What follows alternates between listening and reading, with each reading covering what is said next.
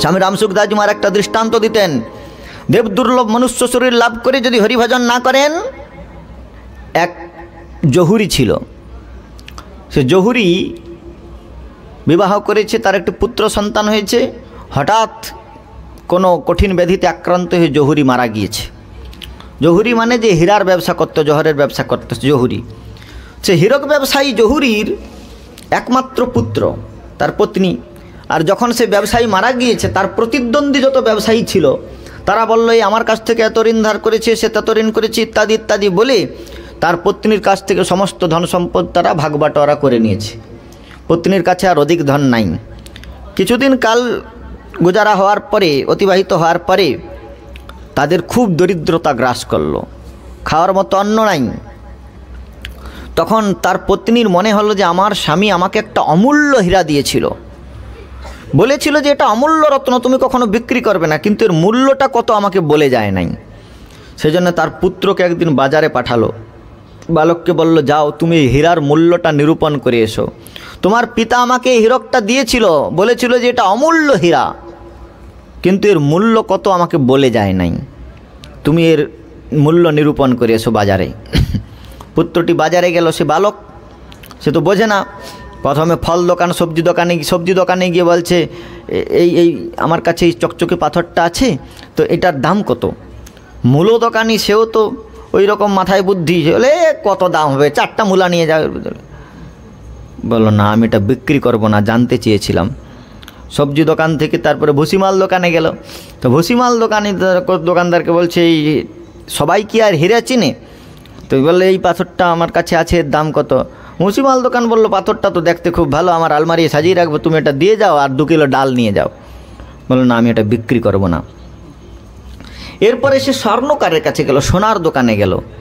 তো প্রথম একজন স্বর্ণ দোকানে গেল, সে স্বর্ণকার বলছে, এই হীরাটার মূল্য, এটা একটা হীরা, এর মূল্য 10,000 টাকা।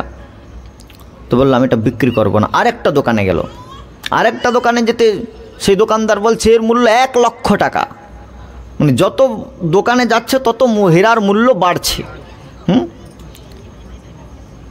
এরকমভাবে আরেকটা দোকানদারের কাছে গেল, সে বলল এর মূল্য 10 লক্ষ টাকা। পরে একজন বৃদ্ধ জহুরির কাছে গেল, সেই বৃদ্ধ জহুরিকে কি বললো, আমার বৃদ্ধ পুরনো ব্যবসায়ী, তার কাছে কি বললো, আমার কাছে এই হীরাটা রয়েছে, তো এর মূল্য কত?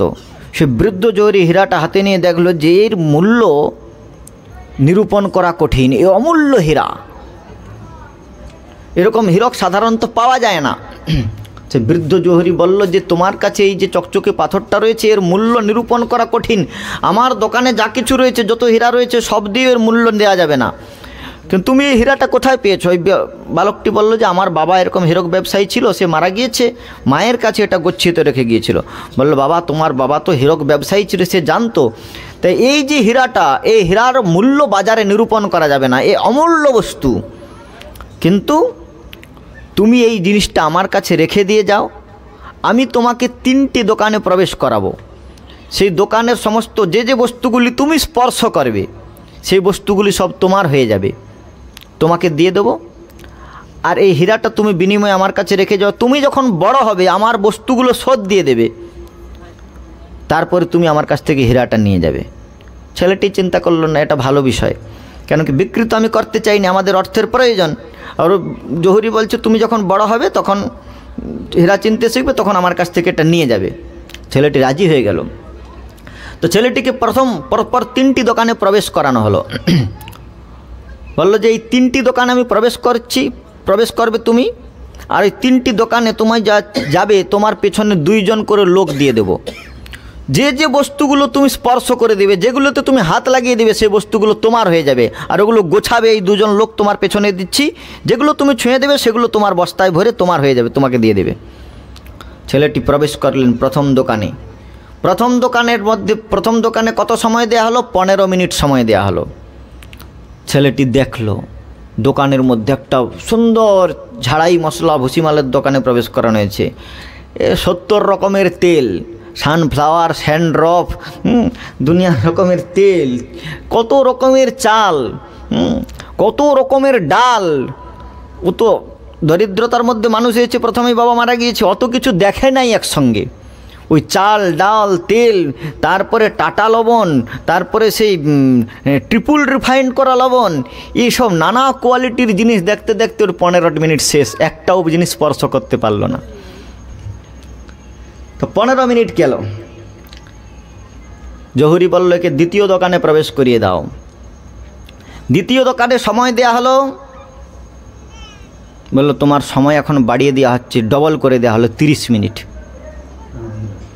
দ্বিতীয় দোকানের মধ্যে যখন প্রবেশ করলো তখন সেখানে নানা প্রকার রং বেরঙের সজ্জা, কত রকমের গদি, তোষক, বালিশ, তারপরে নানা রকমের বক্স কাটিং খাট, তারপরে কি সব বিরাট বিরাট ব্যবস্থা, ওসবও কোনো দিন দেখে নাই।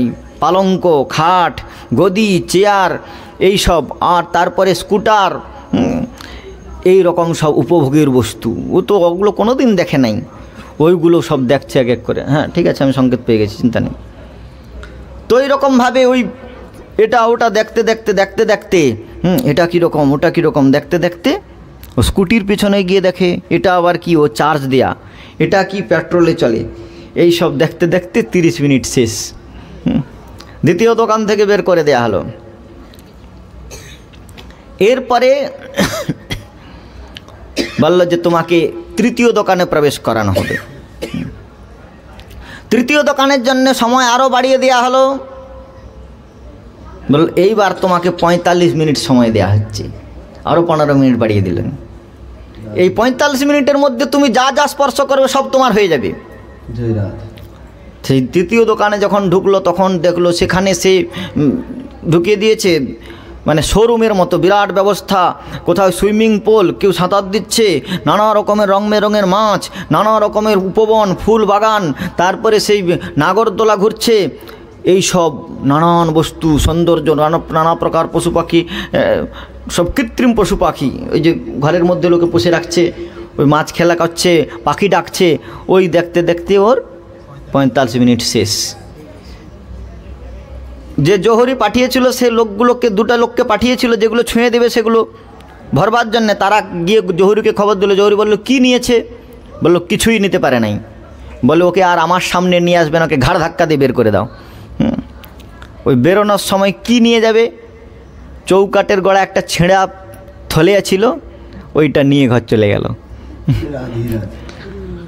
এখন আমাদের এই কথা শুনে মনে হতে পারে আরে আমি যদি হতাম ছুঁয়ে দিতাম, যেটা ছুঁয়ে দেবো সেটাই তো আমার হয়ে যাবে, তাহলে ছুঁতে ক্ষতি কি? তা দেখুন আমাদের অবস্থাটা কীরকম। প্রথম 15 মিনিট দেয়া হলো, ওই প্রথম 15 মিনিট আমাদের জীবনের প্রথম অবস্থা, প্রথম 15 বছর কি করলাম?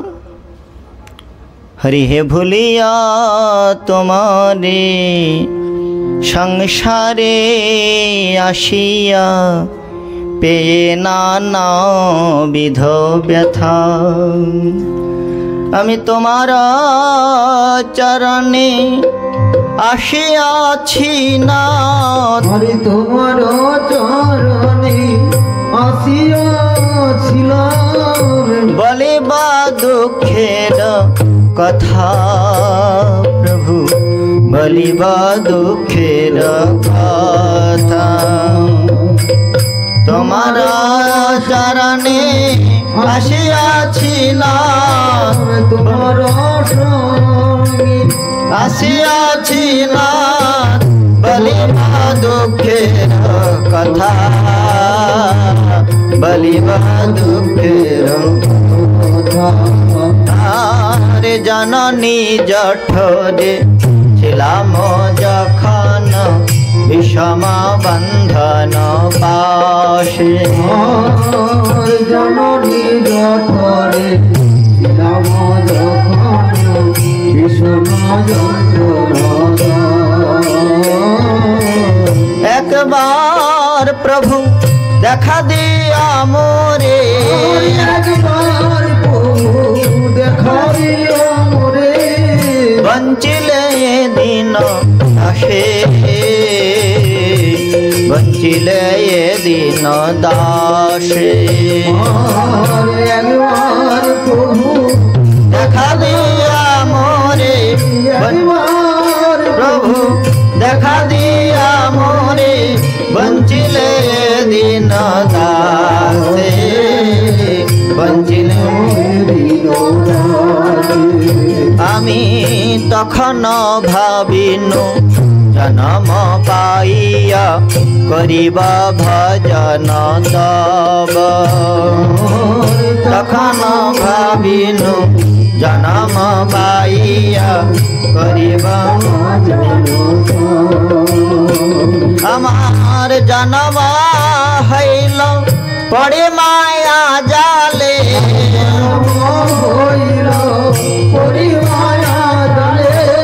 না হইল জ্ঞান লাভ না হইল জ্ঞান লাভ।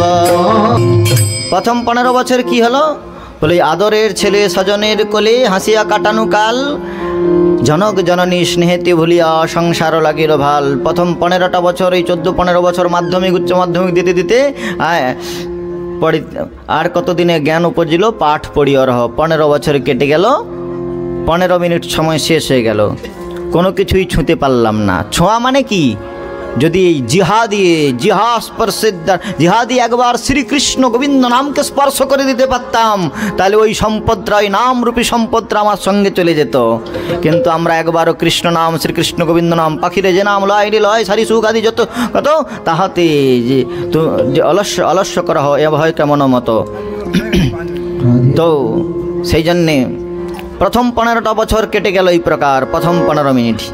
এরপরে কি দ্বিতীয়বার আরও সময় বাড়িয়ে দেওয়া হয়েছে 30 মিনিট দেওয়া হয়েছে যৌবনকাল।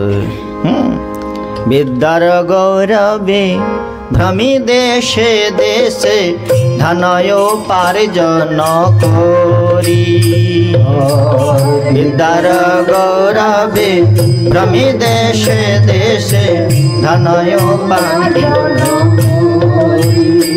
আর সজনা পালন করিয়া কমনে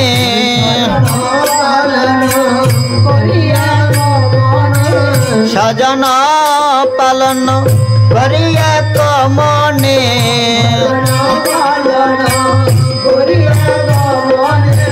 ভুলিন তোমারে হরি ভুলিন তোমারে হরি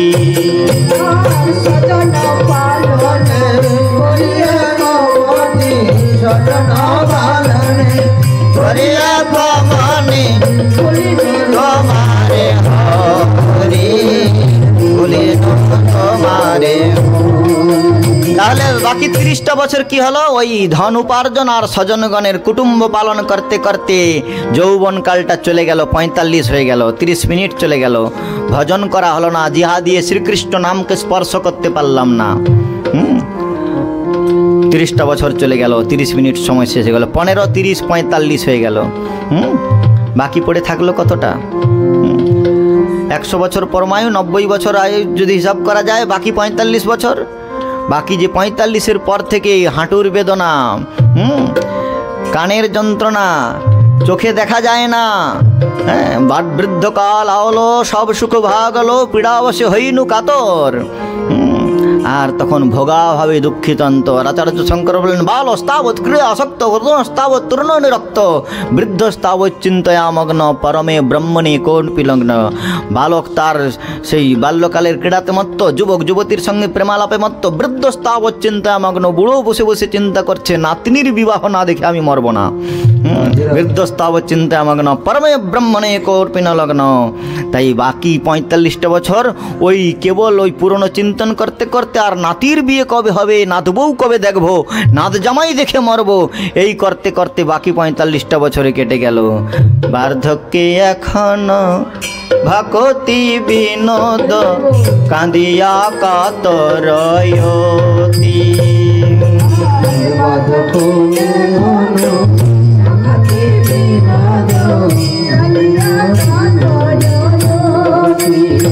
अरे ना भजिया तोरे दिन बृथा गल